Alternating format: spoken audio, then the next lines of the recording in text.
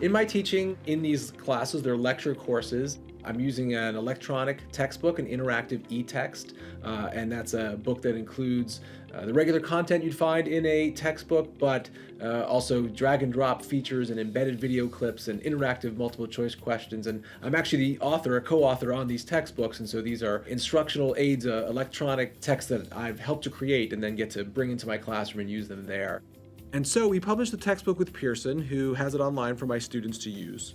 This is what the interface looks like for the electronic text, the e-text for my Introduction to Psychology course. And so you see that the students are getting their, table of contents as they open up a chapter. It looks much like a textbook.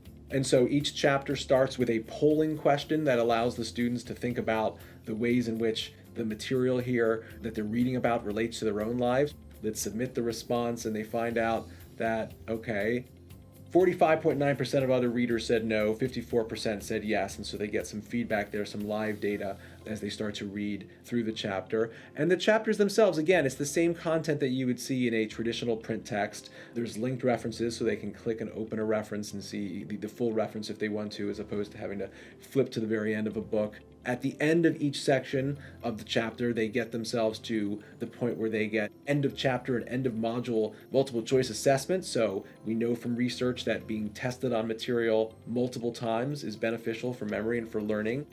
There are also in these chapters embedded video clips. So if we go to Solomon Ash's conformity study, there's this video clip that I've used in my class for years. It's probably 50 years old. It's a bunch of men. They're all white. They're seated around a table. Well, what we did is we went ahead and we did our own reenactment of this study here on campus at Tufts.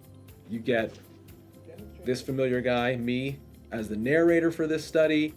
The researcher, in this case, happens to be an African-American male, but they see it's a more diverse setting than what they're seeing in this existing video that has been shown in social psychology classes for many generations. It looks like real life, and I think it's a more accessible way for students to learn about this research study and for them to get a sense for what this research study actually looks like in person. The interactive text also allows the opportunity for interaction with the instructor, between the instructor and the students. There are journal prompts and shared writing prompts at the end of chapters.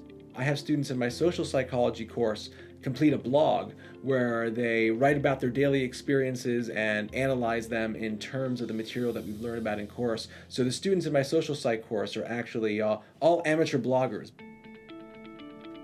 The specific technology that I use when teaching, a lot of it happens behind the scenes. It's the technology of putting together this interactive text for my students to then consume on their own as they're taking my course.